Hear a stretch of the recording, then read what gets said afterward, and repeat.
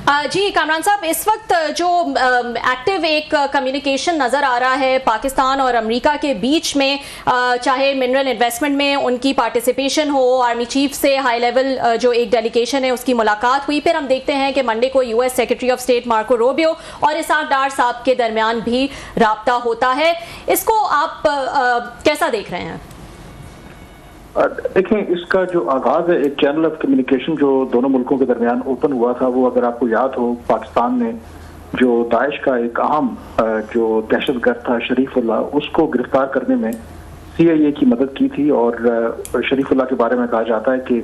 वो one of the facilitator था जो अगस्त 2021 काबुल एयरपोर्ट के ऊपर हमला हुआ था, जिसमें 13 अमरीकी फौजी मारे गए थे। और जब पाकिस्तान ने CIA की टिप ऑफ पर उसको गिरफ्तार किया और अमेरिका के हवाले किया, तो खुद अमेरिकी सदर ट्रंप ने पाकिस्तान का जो US कांग्रेस में उन्होंने खिताब किया तो शुक्रिया भी अदा किया। तो उसमें जो पाकिस्तान की तरफ से ISI के सरबराह थे और CIA के चीफ, इनके दरमियान भी कम्युनिकेशन हुई, तो जाहिर है कि पाकिस्तान को एक ओपनिंग मिली। फिर हमने देखा कि पाकिस्तान के जो स्पेशल असिस्टेंट है प्राइम मिनिस्टर के, वैसे तो पोर्टफोलियो नहीं है बट फॉरेन अफेयर्स ही देखते हैं, तारिक फातमी, उन्होंने विजिट किया अमेरिका का और वहां पर कुछ मुलाकातें की। और उसके फॉलो अप पे ये जो US का डेलीगेशन पाकिस्तान आया हुआ था, जिसका विजिट अब कंक्लूड हुआ है, तो गिवन द फैक्ट कि जितनी एक अनसर्टनिटीज थी जब अमेरिकी सदर ट्रंप मुंतखब हुए, दोबारा सदर बनकर आए, तो एक लगता है कि हालांकि कहा यह जाता था कि अब अमेरिका के लिए पाकिस्तान या इवन अफगानिस्तान कोई बहुत बड़ी प्रायोरिटी नहीं है, लेकिन उसके बावजूद दोनों मुल्कों के दरमियान इस लेवल पे इंगेजमेंट का होना, इसका मतलब है कि अभी भी कहीं ना कहीं जो दोनों मुल्कों के दरमियान बहुत से ऐसे इश्यूज हैं जिन पर ताउन किया जा सकता है। और एक इशू जिसको अब वो खुद अमेरिका भी हाईलाइट कर रहा है, जो US एम्बेसी की तरफ से स्टेटमेंट जारी हुआ है इस डेलीगेशन के विजिट के खात्मे के ऊपर, कि अमेरिका दिलचस्पी रखता है पाकिस्तान में जो ये मिनरल रिसोर्सेज हैं, मादनियात हैं, और ये अमेरिकी सदर ट्रंप की बकौल जो इस डेलीगेशन के सरबराह थे, एक स्ट्रेटेजिक प्रायोरिटी है कि जहां से भी उन्हें ये रेयर जो अर्थ मिनरल्स मिलेंगे तो उसमें वो सरमायाकारी भी करना चाहते हैं। और पाकिस्तान के जो रेयर अर्थ मिनरल्स हैं या जो मादनियात हैं, अगर उनको ट्रांसपेरेंटली एक्सप्लोर किया जाता है तो ये पाकिस्तान और अमेरिका दोनों के लिए बेनिफिशियल हो सकते हैं। तो it's a kind of a good opening I think for both countries at this time. Kamran साहब, ये बताइएगा, ठीक है मिनरल्स में इंटरेस्ट की आपने बात की, लेकिन क्या इस वक्त ये जो ताल्लुकात बहाल हुए हैं, क्या इसमें मेन फोकस या मेन पॉइंट ऑफ डिस्कशन क्या अफगानिस्तान में छोड़े गए वो वेपन्स हैं जिसमें अमेरिका जो है वो चाहता है कि वो मिले, क्योंकि और उसमें पाकिस्तान का भी इंटरेस्ट है, पाकिस्तान ने भी ऑब्वियसली उसको पॉइंट आउट किया है कि वो वेपन्स जो हैं वो पाकिस्तान के अगेंस्ट भी इस्तेमाल हो रहे हैं। तो आपके ख्याल में कि मेन पॉइंट ऑफ इंटरेस्ट यही है? देखिए, अफगानिस्तान और सिक्योरिटी हमेशा पाकिस्तान और अमेरिका के दरमियान एक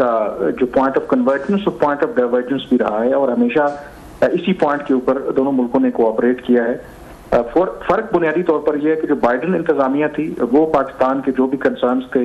रिगार्डिंग जो लेफ्ट ओवर वेपन्स थे अमेरिकन, उनसे इत्तेफाक नहीं करती थी।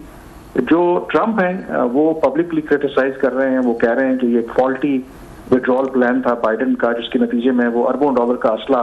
अफगानिस्तान छोड़ आए। बल्कि JD वेंस जो उनके वाइस प्रेसिडेंट हैं, उन्होंने ये कहा कि बाइडेन इंतजामी की गलत पॉलिसी के नतीजे में अरबों डॉलर का अमरीकी असला दुनिया की जो बदतरीन एक दहशतगर्द तंजीम यानी कि वो अफगान तालिबान को रेफर कर रहे थे, उनके हवाले कर दिया। अब क्योंकि ट्रंप का और उनकी इंतजामिया का नुक्ता नजर पाकिस्तान से मिलता जुलता है, तो ये एक पॉइंट ऑफ कन्वर्जेंस है। और यही वजह है कि जो दोनों मुल्कों के दरमियान जो वज़ीर ख़ारजा है उनका टेलीफोनिक जो राब्ता हुआ, उसमें इस इशू को भी हाईलाइट किया गया और दोनों ने इस बात पर जोर दिया कि इसका एक हल निकलना चाहिए। ज़ाहिर है कि लेकिन प्रैक्टिकली कितना पॉसिबल है, क्या मुमकिन है कि वो जो असला अमरीकी छोड़ गए थे अफगानिस्तान में उनको अफगान तालिबान से रिट्रीट किया जा सके, वो एक सेपरेट क्वेश्चन है। बट यस, इस पॉइंट के ऊपर एटलीस्ट पाकिस्तान और America at this moment looks के वो सेम पेज के ऊपर है। ठीक जी जी, बहुत शुक्रिया कामरान आपका। आपने अभी जैसे उनकी कॉल का बताया US ये सेक्रेटरी ऑफ स्टेट का, मेरा ख्याल है it might be very huge relief Pakistani establishment के लिए भी और पाकिस्तानी हुकूमत के लिए भी। इसका क्रेडिट हमें किसको देना चाहिए? क्या वहाँ पे जो पाकिस्तान की एम्बेसी है उनकी लॉबिंग को हम कहें कि उन्होंने वहाँ पे उनके एडमिनिस्ट्रेशन को उनसे बातचीत की, क्योंकि वहीं से उनका भी उनके कनेक्शंस रहते हैं, उन्होंने ही राब्ते कराए होंगे, या तारिक फातमी साहब को हम क्रेडिट दें, या फिर शरीफुल्लाह की गिरफ्तारी को दें कि ये एक लकी ब्रेक था? क्योंकि आप इन मामलात को देखते हैं, फॉरेन अफेयर्स को, इंटरनेशनल अफेयर्स को। सो मैं आपसे पूछना चाह रहा हूँ कि इनमें से किसको हमें क्रेडिट देना चाहिए सर, इन तीनों में से? आई थिंक जो ब्रेक थ्रू हुआ और एक अनएक्सपेक्टेड ब्रेक थ्रू था, किसी के वहमो गुमान में भी नहीं था। इवन खुद अमेरिकन एक्सपर्ट्स के अगर अमेरिकी सदर यूएस कांग्रेस में खिताब करेंगे ट्रंप, और अगर वो किसी मुल्क की तारीफ करेंगे तो कोई और मुल्क नहीं बल्कि पाकिस्तान होगा। तो वो जो शरीफुल्लाह की गिरफ्तारी है उसने एक गुडविल जरूर जनरेट की, एक ओपनिंग उससे जरूर बनी, और मेरा ख्याल है उससे फिर जो सीरीज ऑफ इवेंट्स हैं वो अनफोल्ड हुए। तो मेरे ख्याल में जो टर्निंग पॉइंट था, या जो दोनों मुल्कों के दरमियान, ट्रंप इंतजामिया और अमेरिका के दरमियान जो ताल्लुकात में एक ओपनिंग मिली, तो वो शरीफुल्लाह वाला आई थिंक जो इंसिडेंट था उसने वो ओपनिंग प्रोवाइड की, और उसके बाद फिर उस मोमेंटम को सस्टेन किया। फिर तारिक फातमी साहब भी गए वहां पर, क्योंकि बाकायदा उनका एक ऑफिशियल वो विजिट था। प्राइम मिनिस्टर के वो बहुत करीब है, स्पेशल असिस्टेंट हैं ऑन फॉरेन अफेयर्स। और जो मेरी दफ्तर खाजा के लोगों से भी बात हुई तो पर्पस इसका यही था, क्योंकि वो एक वजीर नहीं है और उनके लिए शायद आसान था अंडर द रेडार रह के वहां पर जो राइट लोग हैं उनसे मिलना, और वहां पर जो उन्होंने मुलाकातें की उसका फिर फॉलो अप हमने देखा कि मार्को रूबियो की जो टेलीफोनिक रब्ता हुआ पाकिस्तान के फॉरेन मिनिस्टर से, and then at the same time जो उनका डेलीगेशन है वो भी पाकिस्तान आया। तो मेरे ख्याल में टर्निंग पॉइंट वही था शरीफुल्लाह वाला। अच्छा, ये तारिक फातमी साहब की जो बात हम कर रहे हैं, मतलब ही माइट हैव, मतलब उसमें कहते हैं अमर्ज्ड एज डार्क हॉर्स। इतने बड़े बड़े यहाँ पे बिग गन्स पड़े हुए थे जो हर कोई क्रेडिट है। तारिक फातमी साहब एक लो प्रोफाइल रहने वाले बंदे हैं, कोई वो ठीक है उन बड़े करीब है नवाज शरीफ साहब के, शहबाज शरीफ साहब के, माजी में भी हुकूमतों में रहे हैं उनके साथ, लेकिन अदरवाइज उनका इस तरह का प्रोफाइल लगता नहीं था कि वो जाएंगे और वहाँ पे कांग्रेसमैन है या उनकी वाइट हाउस उनकी इंतज़ामिया है उनसे बातचीत करेंगे और इस लेवल तक होगी कि वो इसाक डार साहब को फ़ोन करा सकेंगे। ये मतलब है, थोड़ा सा आपको लगता है कि यही कुछ है या कोई इसके पीछे कुछ और चीज़ें हैं सर, कि अमेरिकन इंटरेस्ट रिवाइव हुए हैं इसके अफगानिस्तान की वजह से? देखिए, जहाँ तक मार्को रूबियो से टेलीफोन कॉल की बात है, वो तो मेरे ख्याल में कॉल तो होनी ही थी। यूजली आपको पता है कि ज़ाहिर है कि आमतौर पर जब अमरीकी इंतज़ामिया तब्दील होती है तो हर मुल्क के जो वज़ीर ख़ारजा हैं, उनके जो लीडर्स हैं, वो बात करना चाहते हैं। तो जितनी ऑफ कोर्स जो प्रायोरिटी होती है उसके मुताबिक फिर उनको डील करते हैं। तो तकरीबन ये आप 2-2.5 महीने के बाद वो पाकिस्तान की बारी आई है, और उसमें ज़ाहिर है कि जब उन्होंने कॉल की है, अगर आप स्टेट डिपार्टमेंट का रीड आउट देखें, चले पाकिस्तान का रीड आउट तो छोड़ दें, ज़ाहिर है कि हम अपनी बात करेंगे, उनका रीड आउट भी देखें तो उसमें पॉजिटिव चीज़ें नजर आई हैं, और उसमें लग ये रहा है कि कुछ इंटरेस्ट रिवाइव हुए हैं। खास करके उन्होंने भी जिक्र किया है ये जो मादनियात के हवाले से वो बड़ा ज़्यादा एम्फेसिस है। वो मुझे लगता है कि एक नया इंटरेस्ट है जो अमेरिका और पाकिस्तान के ताल्लुकात की रिवाइवल की बात हो रही है। एंड अगेन अफगानिस्तान और काउंटर टेररिज्म के ऊपर भी डिस्कशन हुई है। एंड मोर इम्पोर्टेंटली जो हम बात कहते हैं कि हम अमेरिका के साथ ताल्लुकात को सिक्योरिटी और अफगानिस्तान के लेंस के साथ नहीं देखना चाहते, और इम्पोर्टेंटली जो मार्को रूबियो और उनके स्टेट डिपार्टमेंट का जो स्टेटमेंट आया है उसमें उन्होंने पाकिस्तान के साथ तिजारती और ताल्लुकात और सरमायाकारी इससे मुतालिक बात की है। तो मैं अगर अमरीकी स्टेटमेंट को देखूं तो उसमें आई थिंक वो बातें जो पाकिस्तान करता है वही बातें हमें नजर आ रही हैं। तो लगता ये है कि एक इंटरेस्ट रिवाइव हुए हैं जरूर। अब उसको किस हद तक हम कैपिटलाइज करते हैं, फिर बाकी जियो स्ट्रेटेजिक जो पॉलिटिक्स है, क्योंकि मिनरल्स के अंदर भी जो इंटरेस्ट है, ये अमेरिकी ट्रंप के आने से पहले भी जो बाइडेन इंतजामिया है वो भी दिलचस्पी जाहिर कर रही थी। इनफैक्ट उनका जो एक्सिम बैंक है, एक्सपोर्ट इंपोर्ट जो बैंक है, वो $1 बिलियन तक पाकिस्तान को कर्जा देने के लिए भी तैयार है। तो हालांकि अदरवाइज आपको पता है कि बलूचिस्तान में या ओवरऑल पाकिस्तान में सरमायाकारी की बात करें तो ये वेस्टर्न कंट्रीज सिक्योरिटी की बड़ी बात करती हैं, लेकिन माइंस के शोबे में, वैकोटिक में हर मुल्क, आई थिंक यूरोपियन कंट्रीज भी इंटरेस्टेड हैं कि इसमें सरमायाकारी की जाए, क्योंकि उसका रेट ऑफ रिटर्न बहुत ज्यादा है, पोटेंशियल उसके अंदर बहुत ज्यादा है। जिससे एक चीज प्रूव होती है कि जब जो बिजनेसमैन होते हैं जहां पर उनको मुनाफा नजर आता है तो फिर वो जंग भी नहीं देखते, सिक्योरिटी के हालात भी नहीं देखते, वो रिस्क लेने के लिए तैयार हो जाते हैं। कमरान, आपने बड़ी अच्छी बात की मिनरल्स के हवाले से। अब जिस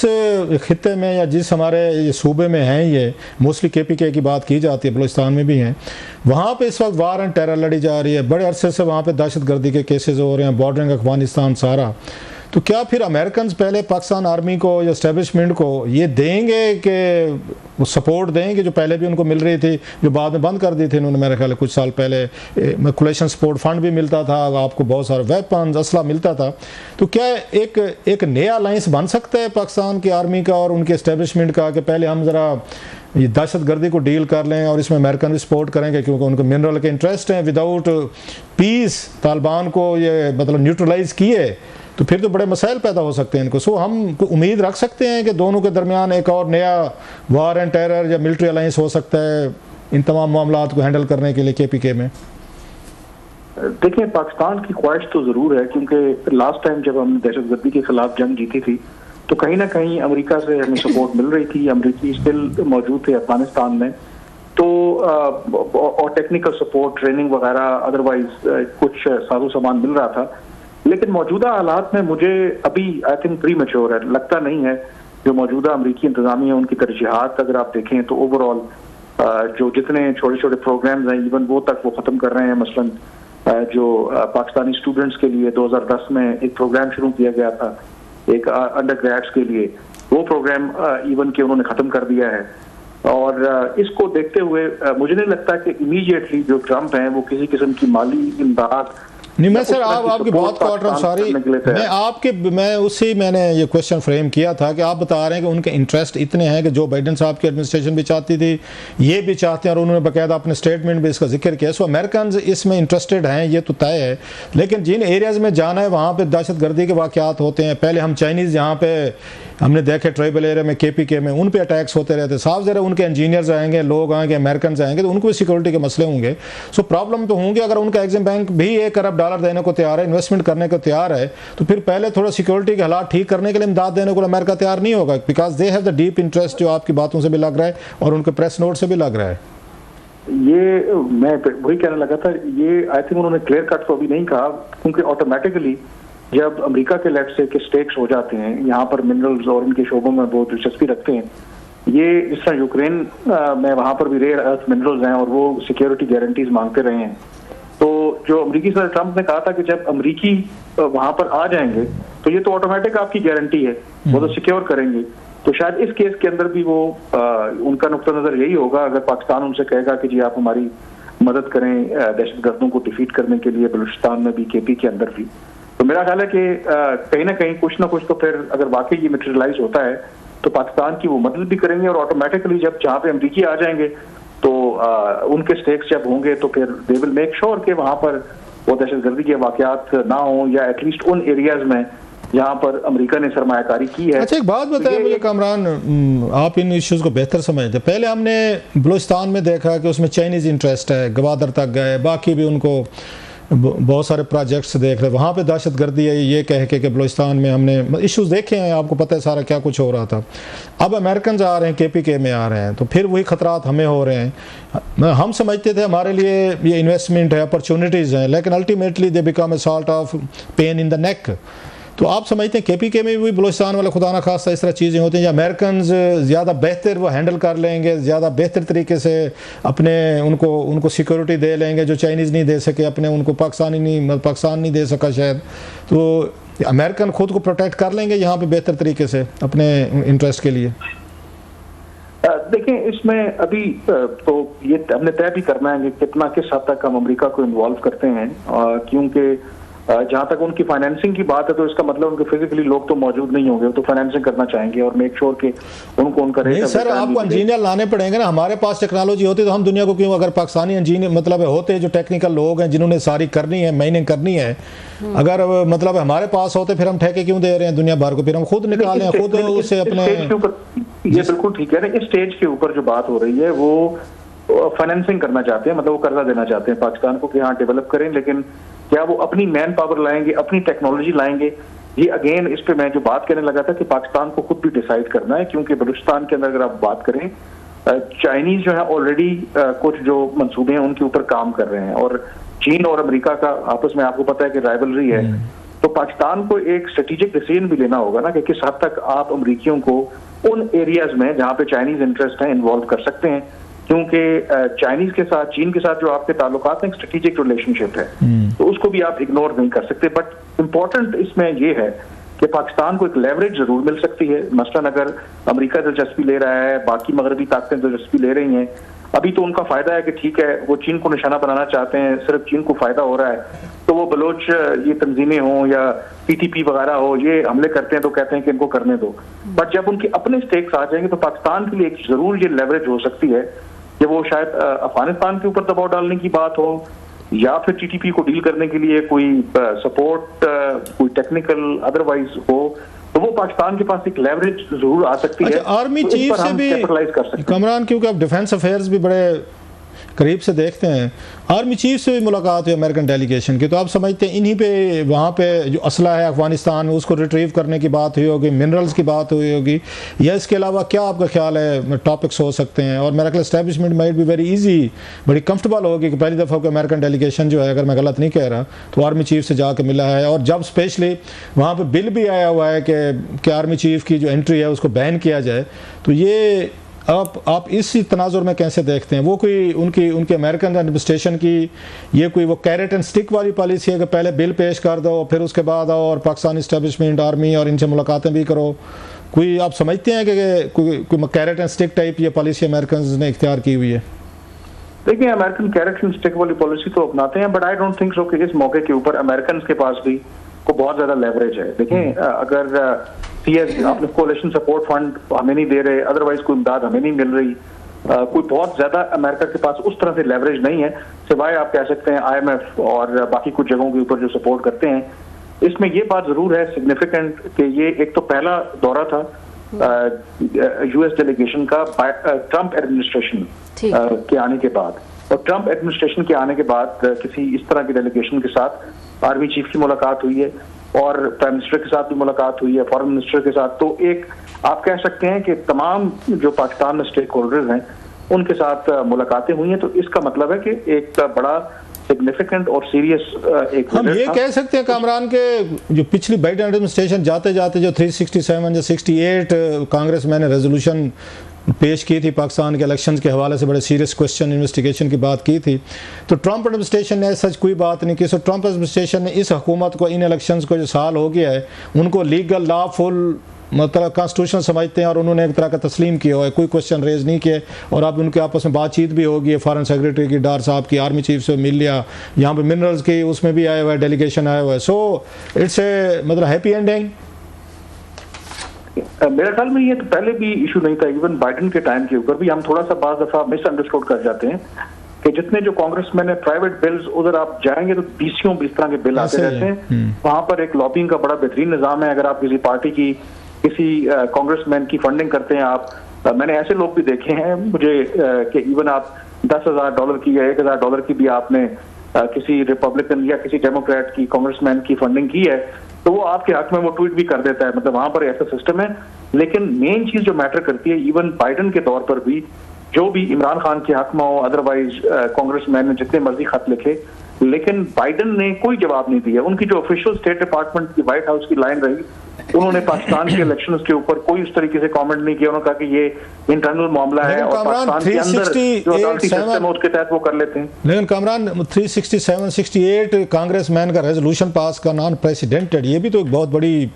विक्ट्री थी, जो सक्सेस थी ये PTI की, कि उन्होंने अगर इतने लेवल पे लॉबिंग कर ली जिससे बाद में उन्होंने डिस्टेंस किया, तो आखिर उसकी क्या वजह बनी होगी, आपका ख्याल है? देखें, वो बात बिल्कुल ठीक है कि उन्होंने एक प्रेशर टैक्टिक के तौर पर तो शायद जब इस तरह से जरूर बार्गेनिंग के तौर पर इस्तेमाल कर सकती है जो एडमिनिस्ट्रेशन होती है जब नेगोशिएट करती है। देखिए जी, हमारी तरफ से कांग्रेस का प्रेशर है, बट मेन चीज मैटर करता है कि सिर्फ एक रेजोल्यूशन तो नॉन बाइंडिंग होती है कि एडमिनिस्ट्रेशन क्या सोचती है। तो उस एडमिनिस्ट्रेशन ने, बाइडेन एडमिनिस्ट्रेशन की अगर आप पॉलिसी देखें तो पाकिस्तान में इलेक्शंस के हवाले से, इमरान खान के केसेस के हवाले से उन्होंने कोई इस तरह का स्टेटमेंट नहीं दिया जो इमरान खान के हक में हो या इस गवर्नमेंट के खिलाफ हो। और जो ट्रंप हैं उन्होंने तो बिल्कुल ही इसके हवाले से कोई बात नहीं की। स्टेट डिपार्टमेंट में एक दो दफा सवाल भी हुए तर्जुमान से और उन्होंने तो कम्प्लीटली उनको इग्नोर कर दिया। तो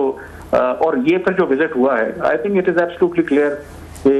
अमेरिका की नजर में ठीक है, यही लेजिटिमेट गवर्नमेंट है। बाकी पीटीआई वाले या क्रिटिक्स उनके जेन्युइन में भी रीजंस भी हों, लेकिन वो मैटर नहीं करता। उनको पता है कि इस वक्त इंचार्ज कौन है, गवर्नमेंट कौन कर रहा है, तो उसके साथ they are happily dealing with them. तो जो एक इमीडिएट फियर था कि शायद इतनी ज्यादा एक्सटेंसिव लॉबिंग हुई है, ट्रंप आएंगे तो बड़े एक अनप्रेडिक्टेबल वो प्रेसिडेंट हैं और इमरान खान के साथ भी बड़ा उनका कहते थे जी बड़ा रिलेशनशिप है, तो वो आते साल ही पता नहीं क्या कर देंगे, तो वो तो कहानी अब मेरे ख्याल में बहुत पीछे रह गई। आई डोंट थिंक सो कि मुझे लगता कि ट्रंप को शायद इमरान खान अब याद भी है या नहीं।